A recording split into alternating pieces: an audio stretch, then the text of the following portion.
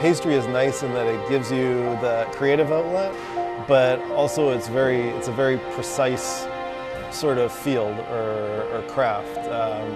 Kind of different from cooking in that sense, where cooking you're just seasoning to taste.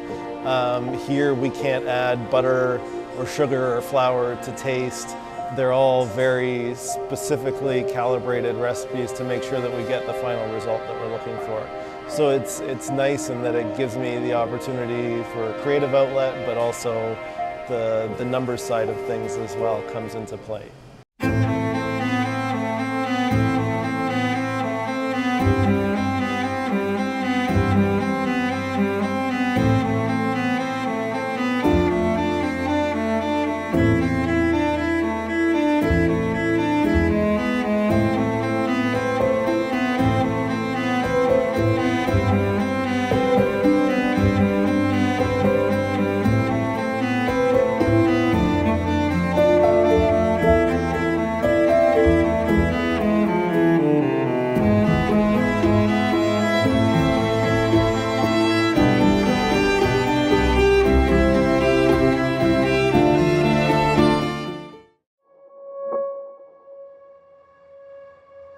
So my name's Chandler. I'm the owner and executive pastry chef of BETA5 Chocolates. BETA5 is a concept that we developed back in 2011, opened October 2011. Started initially just selling chocolate. My background is sort of in all aspects of the food service industry, from production bakeries through to five-star hotels in the pastry kitchen. The name is derived from the cocoa butter crystal structure. So cocoa butter is a special fat. It's considered to be a polymorphic fat that can crystallize in a number of different forms. And the form 5 beta crystal structure is the most stable form of crystallization that gives the chocolate its shine and the snap when you break it open. So I kind of connected with chocolate initially through the science of it. That's how I got comfortable working with it. So wanted to reference some of that science in the name when we were conceptualizing the brand. So chocolate is a very seasonal business. When we first started, we were open one day a week. It was just myself and my wife. We needed something that I could do a fair amount of production on my own and supply the store. But in going through one full year of operation, we noticed the sort of ebbs and flows of the business, and felt like we needed something to stabilize things throughout the year. So with my background being much more broad than just chocolate, we figured that there were a lot of other opportunities that we could look to leverage to create a product that might have more consistent demand throughout the year. Cupcakes were sort of a big thing at the time. I've never been into cupcakes, never been into macarons really.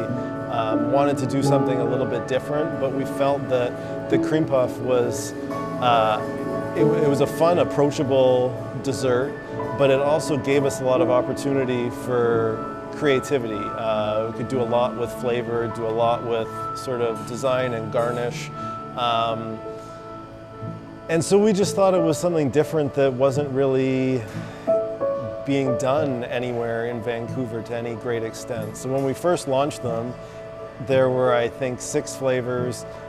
We also were doing croissant and cookies, and it was just sort of testing a bunch of different things to see what would kind of stick.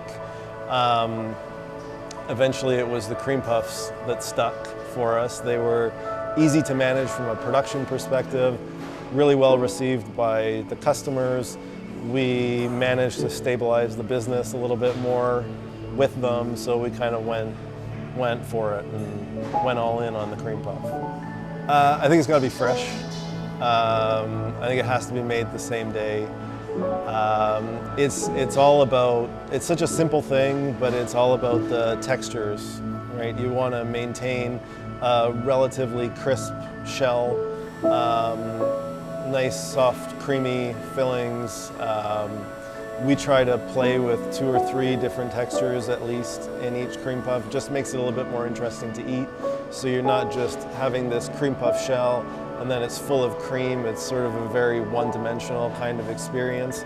So if we can get something sort of light and airy like a whipped cream, something a little bit more dense like a custard, and then maybe some cake in there as well to go against the crisp texture of the shell, it's now becoming something that's a lot more interesting to eat than the more basic version. So when we were initially developing the menu, there's always sort of like key flavors that you want to include to cover all of your bases, right? So vanilla, caramel, chocolate, and then some fruit options.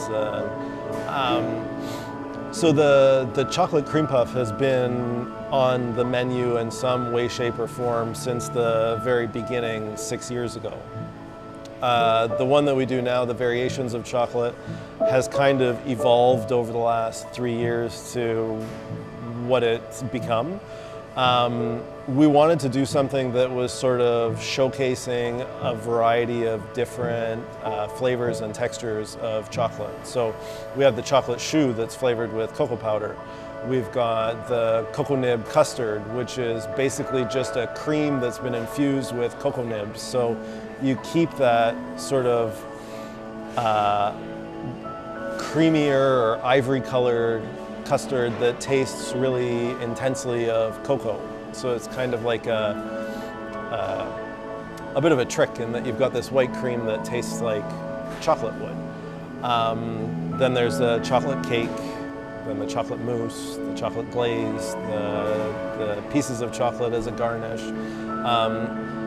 We really wanted to explore everything, all of the different flavors and textures that we could potentially include in referencing the chocolate. So that's why we called it variations of chocolate, where it's not just, this is our dark chocolate cream puff. This is us playing with a bunch of different types of chocolate and component parts of chocolate, the cocoa and cocoa nibs, to create something that we feel is a little bit more unique, a little bit more interesting to eat than something that would just be straight chocolate. Cream puffs, we've always changed flavors seasonally. The mango bubble tea thing started with the ice cream socials. I don't remember how we got to it, but being in Vancouver, we're surrounded by great food from a number of different cultures. A lot of it coming from Asia, so we're very influenced by that, especially being on the Pacific coast. Just seeing what was sort of going on in the city and eating ourselves, and those are the sort of flavors that I go for when I'm wanting to eat out. It just seemed like a fun thing to try. Making a sundae with a mango sorbet, a milk tea ice cream, a couple of pieces of toasted milk bread that are buttered and covered with condensed milk, and then some bubble tea pearls. It was just sort of like an idea that we had that we thought would be fun. The first day we sold out super quick, had no idea it was going to be as popular as it was.